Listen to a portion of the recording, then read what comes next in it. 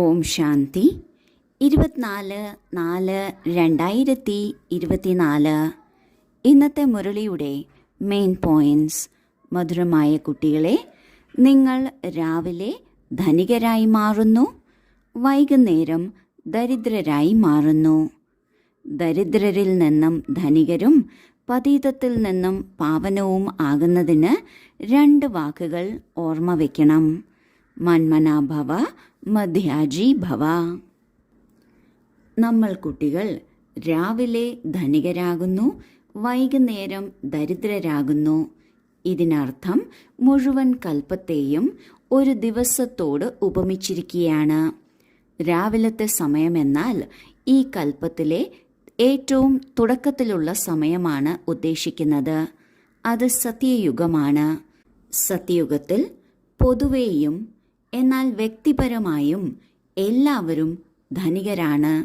സ്വർണവും സമ്പത്തും സന്തോഷവും ആനന്ദവും എല്ലാം നിറഞ്ഞിരിക്കുകയാണ്. എന്നാൽ ഉച്ച കഴിഞ്ഞ് വൈകുന്നേരം എത്തുമ്പോഴേക്കും, അതായത് കൽപ്പത്തിലെ ത്രേതായുഗം കഴിഞ്ഞ് ദ്വാപരയുഗം എത്തി കുറച്ച് മുന്നോട്ടേക്ക് പോകുമ്പോഴേക്കും നമ്മൾ ആത്മാക്കളിൽ നിന്ന് ശക്തികൾ ക്ഷീണിച്ചു പോകുന്നു. അതിനാൽ പതുക്കെ പതുക്കെ ദരിദ്രരായി തീരുന്നു. വ്യക്തിപരമായും പൊതുവേയും ലോകത്തിൽ സ്വർണവും വെള്ളിയും കുറഞ്ഞ് ചെമ്പും ഇരുമ്പും ആണ് കൂടിക്കൂടി വരുന്നത്. ഇപ്രകാരം ദരിദ്രമായ സ്ഥിതിയിലാണ് ഇപ്പോൾ നാം നിൽക്കുന്നത്. പതീതമായ സ്ഥിതിയിലാണ്. ഈ പതീതമായ ദരിദ്രമായ സ്ഥിതിയിൽ നിന്ന് പാവനവും ധനികരും ആകുന്നതിന് മന്മനാഭവ, മധ്യാജി ഭവ. നമ്മൾ എന്താണ് ചെയ്യേണ്ടത്? നമ്മുടെ ലക്ഷ്യം എന്താണ്? ഇവ ഓർമ്മിക്കണം. നാം ചെയ്യേണ്ടത് ബാബയെ ഓർമ്മിക്കുക, അതായത് മന്മനാഭവ. നമ്മുടെ ലക്ഷ്യം മധ്യത്തിൽ നിൽക്കുന്ന വിഷ്ണു, അതായത് ലക്ഷ്മി നാരായണനെ പോലെ ആകുക എന്നതാണ്. അതാണ് മധ്യാജി ഭവ. ചോദ്യം: കർമ്മബന്ധനത്തിൽ നിന്ന് മുക്തമാകുന്നതിനുള്ള യുക്തി എന്താണ്? ഉത്തരം: 1. ഓർമ്മയുടെ യാത്ര അല്ലെങ്കിൽ ജ്ഞാനം സ്മരിക്കുക. 2. ഒരു ബാബയോടൊപ്പം സർവ സംബന്ധവും ഉണ്ടായിരിക്കണം. അന്യരാരും ബുദ്ധിയിൽ വരരുത്. 3. സർവശക്തിവാനായ ബാറ്ററിയുമായി യോഗമുണ്ടായിരിക്കണം. സ്വയം തൻ്റെ മേൽ പൂർണ്ണ ശ്രദ്ധ വേണം. ദൈവീ ഗുണങ്ങളുടെ ചിറകുണ്ടായിരിക്കണം. അപ്പോൾ കർമ്മബന്ധനത്തിൽ നിന്നും മുക്തമായിക്കൊണ്ടിരിക്കും. നമ്മൾ ആത്മാക്കൾക്കുള്ള കർമ്മബന്ധനങ്ങളിൽ നിന്നും എങ്ങനെയാണ് മുക്തമാകേണ്ടത്? അതിലേറ്റവും ആദ്യം ഓർമ്മയുടെ യാത്രയും വേണം, ജ്ഞാനത്തിൻ്റെ സ്മരണയും വേണം. ജ്ഞാനവും യോഗവും 2 ചിറകുകളാണ്. ഈ ചിറകുകളുടെ ആധാരത്തിലാണ് നമ്മൾക്ക് നമ്മളുടെ കർമ്മബന്ധനമാകുന്ന വൃക്ഷത്തിൻ്റെ ശിഖരത്തിൽ നിന്ന് പറന്നുയരാൻ സാധിക്കുന്നത്. രണ്ടാമത്തേത്, ഒരു ബാബയുമായി സർവബന്ധവും ഉണ്ടായിരിക്കണം. മറ്റാരും തന്നെ മനസ്സിൽ വരരുത്. തീർച്ചയായും എല്ലാവരുടെ കൂടെയുമാണ് നിൽക്കേണ്ടത്. എല്ലാ ബന്ധങ്ങളെയും മാനിച്ച് പരിപാലിച്ച് മുന്നോട്ടു പോകണം.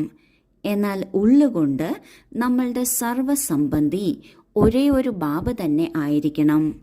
ബാബ നമ്മുടെ അച്ഛനാണ്, ടീച്ചറാണ്, സദ്ഗുരുവാണ്, പതി ആണ്, കൂട്ടുകാരനാണ്, കുട്ടിയാണ്. ഇപ്രകാരമുള്ള എല്ലാ ബന്ധത്തിലും ബാബ തന്നെ വരണം. ഒരു വ്യക്തിയെയും വയ്ക്കരുത്. മൂന്നാമത്തേത്, സർവശക്തിവാനായ ബാബയുമായി നമ്മൾക്കിപ്പോൾ ഡയറക്റ്റ് കണക്ഷനാണ്. ആ ഡയറക്റ്റ് കണക്ഷൻ എപ്പോഴും കണക്റ്റഡായി ഇരിക്കണം.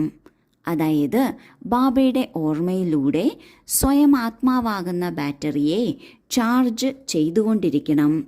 ഇങ്ങനെ ചാർജ് ചെയ്യുന്നതിലൂടെ നമ്മൾ ശക്തിശാലിയായി മാറുന്നു. നമ്മൾ അചലരായും മാറുന്നു. നമ്മൾ സ്വയം നമ്മുടെ മേൽ ശ്രദ്ധ കൊടുക്കണം. നമ്മളുടെ ചാർട്ട് ശ്രദ്ധിക്കണം. ദേവീ ഗുണങ്ങൾ എത്രയുണ്ടാകുന്നു, എങ്ങനെയിരിക്കുന്നു എന്നത് ചെക്ക് ചെയ്യണം.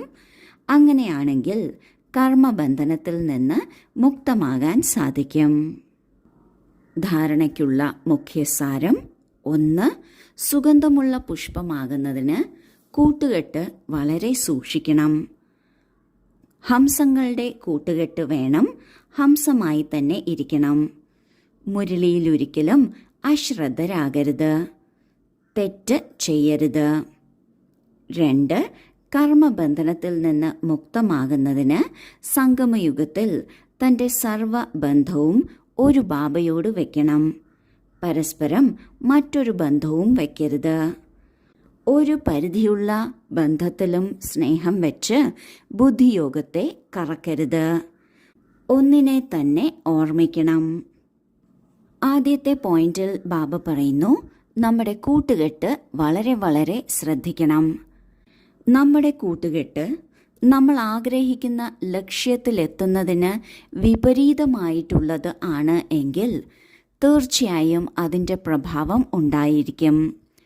നമ്മൾ ഏത് ഉയർച്ചയിലാണോ എത്താൻ ആഗ്രഹിക്കുന്നത് അതിൽ നിന്ന് വളരെ കുറഞ്ഞ നിലവാരം പുലർത്തുന്ന സംഘമാണ് നമ്മൾക്കുള്ളത് എങ്കിലും നമ്മളിൽ ആ ഒരു പ്രഭാവം ഉണ്ടാകും.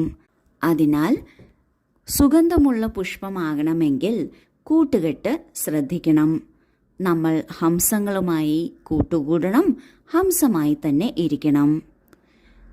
ശ്രദ്ധിക്കേണ്ട കാര്യമാണ്, നമ്മൾ ഒരിക്കലും മുരളിയിൽ അശ്രദ്ധരാകരുത്. ഈ ഒരു തെറ്റ് ഒരിക്കലും ചെയ്യരുത്. രണ്ടാമത്തെ പോയിന്റിൽ ബാബ പറയുന്നു, നമ്മളുടെ സർവസംബന്ധി, അതായത് നമ്മളുടെ എല്ലാ ബന്ധുത്വവും ഒരേ ഒരു ബാബയോട് തന്നെ ആയിരിക്കണം. മറ്റുള്ള ആത്മാക്കളുമായി സഹോദര ബന്ധമാണ്. അതിൽ കവിഞ്ഞ് മറ്റൊരു ബന്ധവും വയ്ക്കരുത്.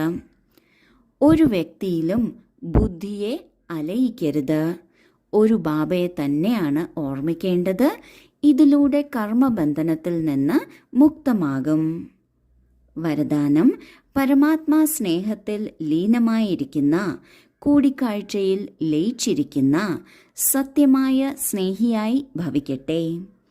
സ്നേഹത്തിൻ്റെ അടയാളമായി പാടപ്പെടുന്നത് 2 പേരാണെങ്കിലും 2 പേരല്ല, 2 പേരും കൂടി ഒന്നായി തീരണം. ഇതിനെയാണ് ഉൾക്കൊള്ളുക അല്ലെങ്കിൽ ലയിച്ചിരിക്കുക എന്ന് പറയുന്നത്. ഭക്തർ ഈ സ്ഥിതിയെയാണ് ഉൾക്കൊണ്ടിരിക്കുന്നു അല്ലെങ്കിൽ ലയിച്ചിരിക്കുന്നു എന്ന് പറയുന്നത്. സ്നേഹത്തിൽ ലയിക്കുക ഇത് സ്ഥിതിയാണ്.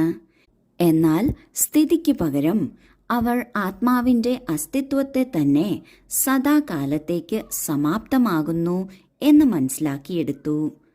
നിങ്ങൾ കുട്ടികൾ ബാബയുടെ, അതായത് ആത്മീയ പ്രിയതമൻ്റെ കൂട്ടുകെട്ടിൽ മഗ്നമായിരിക്കുമ്പോൾ സമാനമായി തീരുന്നു. ബാബയെ നമ്മൾ സ്വന്തമാക്കുന്നു, ബാബ നമ്മളെ സ്വന്തമാക്കുന്നു. ഇങ്ങനെ 2 കൂട്ടരുണ്ടെങ്കിലും ഒന്നായി തന്നെ നമ്മൾക്ക് ഫീൽ ചെയ്യുന്നുവെങ്കിൽ ഇതിനെയാണ് സ്നേഹത്തിൽ ലയിച്ചിരിക്കുക എന്ന് പറയുന്നത്. എന്നാൽ ലോകത്തിലുള്ളവർ ഇത് ആത്മാവ് പരമാത്മാവിൽ ലയിച്ചു പോകുന്നു എന്ന് ചിന്തിക്കുന്നു. എന്നാൽ എപ്പോഴാണോ നമ്മുടെ ആത്മീയ പ്രിയതമനിൽ നാം സ്നേഹത്തോടെ ലയിച്ചിരിക്കുന്നത്, മഗ്നമാകുന്നത്, അപ്പോഴാണ് സമാനമായി തീരുന്നത്. സ്ലോഗൻ: അന്തർമുഖി എന്നാൽ അവരാണ് ആരാണോ വ്യർത്ഥ സങ്കല്പങ്ങളിൽ നിന്ന് മനസ്സിൻ്റെ മൗനം വയ്ക്കുന്നത്. വ്യർത്ഥ സങ്കല്പമെന്നാൽ എന്തുകൊണ്ട്, എന്ത്, എങ്ങനെ തുടങ്ങിയ ചോദ്യങ്ങൾക്ക് ഉത്തരം കണ്ടെത്തുന്നതാണ്. ഇതാണ് സാധാരണ രീതിയിൽ ബ്രാഹ്മണാത്മാക്കളെ വലയ്ക്കുന്നത്.